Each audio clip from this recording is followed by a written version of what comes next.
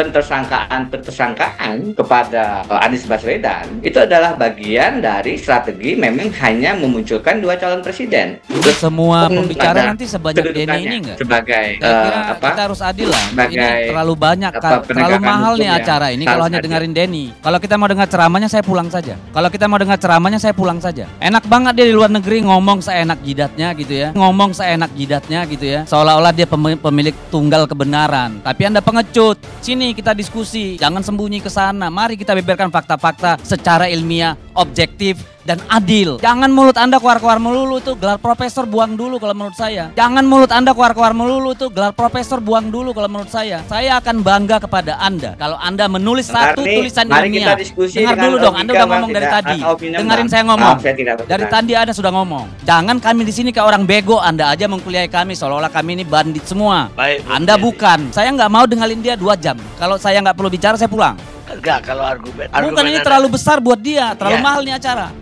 Kecurigaan Denny tanpa bukti dikuliti Dedi. Saya katakan tidak cukup hanya mendukung Ganjar Pranowo, Jokowi membuka opsi untuk mentersangkakan Anies Baswedan di KPK. Sangat jauh saya kira kalau kita berpraduga proses hukum selalu dikaitkan dengan politik karena tahun politik tanpa misalnya ada suatu dasar-dasar yang tegas. Saya memahami secara teori bahwa 2 alat bukti yang cukup itu bisa membuat siapapun menjadi tersangka termasuk masalah korupsi. Namanya tersangka harus ada alat bukti. Bagaimana tadi ditanggapi oleh saudara Denny yang adalah profesor hukum bahwa itu adalah teori. Tidak, mentersangkakan orang itu adalah norma. Diperlukan 2 syarat. Ini Denny Indrayana tadi bicara sebagai seorang profesor tata negara atau bicara sebagai politisi atau caleg? Tolong dijawab dulu.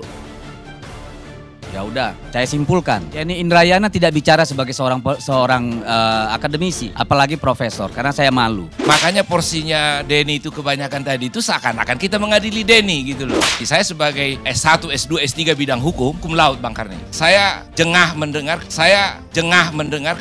Tetapi apakah proses hukum kita itu betul-betul murni hukum, tidak ada kriminalisasi, ini tentu harus kita sikapi dengan kritis. Tetapi yang dilakukan oleh Denny Indrayana, yang statusnya sampai sekarang tersangka kasus korupsi payment gateway, itu adalah sebuah insinuasi, upaya framing, tidak lebih kelasnya dari seorang buzzer.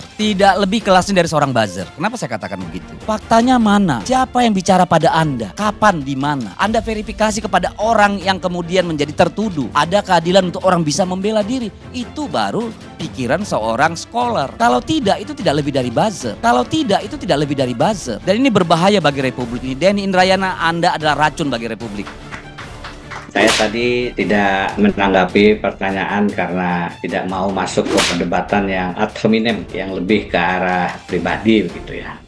Saya tersinggung kalau Anda bilang saya ad hominem, karena semua kicauan Anda itu adalah serangan terhadap presiden. Enggak, kan nanti habis ini Anda pergi, jadi Anda harus dengar saya juga. Jangan juga merendahkan argumentasi orang dengan cara seperti itu, karena apa yang Anda lakukan itu menyerang langsung martabat wibawa presiden. Anda mengatakan saya ad hominem. Saya dari awal tanya, Anda bicara itu sebagai profesor atau sebagai seorang politisi, supaya publik ini jelas menilai Anda gitu loh. Janganlah membawa keburukan yang kita belum pasti lalu memaksakan itu jadi kebenaran. Apalagi dengan pengecut langsung lari ke luar negeri.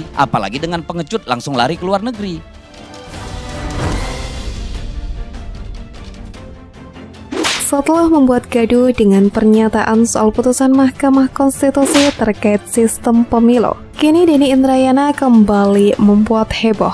Di akun Twitternya, Denny Indrayana membuat cuitan yang mengejutkan publik. Ia menyebut bahwa Anies Baswedan bakal segera menjadi tersangka KPK. Pernyataan pakar hukum tata negara Denny Indrayana yang tak terbukti benar soal putusan MK mengenai sistem pemilu tertutup dinilai mengusik ketenangan masyarakat pada Kamis 15 Juni lalu. Begitupun dengan rumor yang ia sebar sekarang tanpa ada bukti yang valid. Dikutip dari Warta Kota Live, peneliti Lembaga Studi Anti Korupsi atau LSAK, Ili Sadili, meminta ex-Wamenkumham tersebut tidak membuat gaduh di ruang publik dengan menyebarkan opini menyesatkan.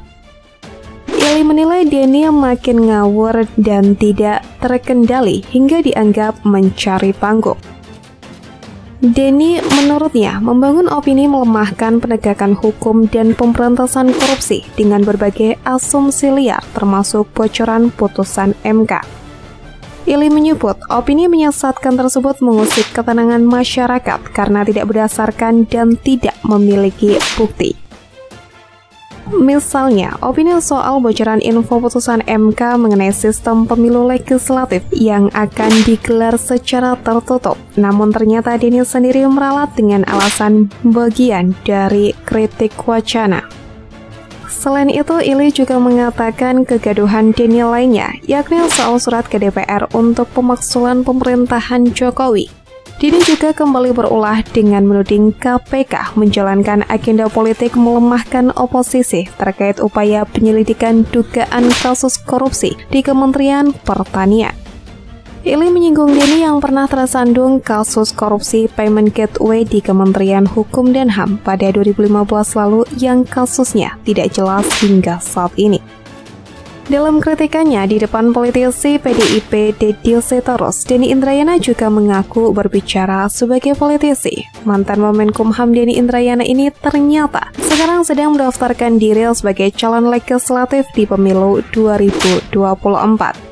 Ia mencalonkan diri sebagai anggota DPR RI yang diusung Partai Demokrat. Jadi tidak mengherankan jika ia mungkin bisa jadi ini bagian dari mencari panggung melalui kegaduhan dan rumor tanpa bukti. Dalam proses ini, Denny Indrayana pun menepis tudingan adanya agenda pribadi di balik aksinya menyebar rumor Mahkamah Konstitusi bakal mengabulkan pemilu coblos partai atau sistem proporsional tertutup. Denny mengaku dicalonkan sebagai anggota dewan, tetapi namanya masih belum masuk ke daftar caleg karena masih dalam proses KPU. Adapun alasan Denny dicalonkan sebagai caleg lantaran sempat mendapatkan dukungan suara yang cukup signifikan pada Pilgub Kalimantan Selatan 2021. Namun sayangnya Denny kalah dalam pemilihan tersebut. Denny Indrayana dikenal sebagai aktivis sekaligus akademisi. Sosoknya juga pernah menjabat sebagai Wakil Menteri Hukum dan Hak Asasi Manusia atau Wamenkumham periode 2011 hingga 2014. Usai namanya disorot mengenai informasi A1 mengenai MK, kini Denny Indrayana kembali berulah. Mantan Wakil Menteri Hukum dan HAM Denny Indrayana menyatakan adanya upaya penjagalan terhadap Anies Baswedan untuk maju pada Pilpres 2024 yang terus berlangsung. Yang terbaru, Denny Indrayana menyatakan mendapatkan kabar bahwa Anies Baswedan akan segera menjadi tersangka. Kabar itu sudah menjadi informasi yang beredar di banyak kesempatan. Bukan hanya saya, banyak yang sudah menyatakannya, kata Denny melalui keterangan tertulisnya 21 Juni. Denny mengatakan bahwa dalam berbagai kesempatan, berbagai pakar telah mencium gelagat penetapan Anies sebagai tersangka sebagai skenario pamungkas untuk menjegal mantan Gubernur DKI Jakarta itu menjadi kontestan dalam Pilpres. Denny tidak mengatakan kasus apa yang akan menjerat Anies, dia hanya mengatakan KPK sudah 19 kali melakukan gelar perkara terkait kasus yang menyeret Anies. Ini pemecah rekor, kata dia.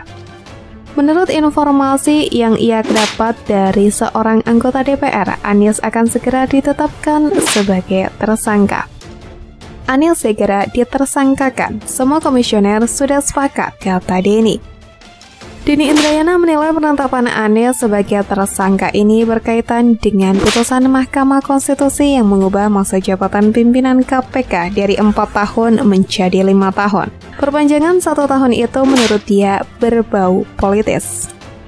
Makin terbaca kenapa masa jabatan para pimpinan KPK diperpanjang MK 1 tahun untuk menyelesaikan tugas memukul lawan oposisi dan merangkul kawan koalisi sesuai dengan pesanan kuasa status QUO, ujar dia. Denny menyatakan tak terkejut dengan penetapan Anies sebagai tersangka. Ia menyatakan hal itu telah ia ramalkan 2 bulan lalu.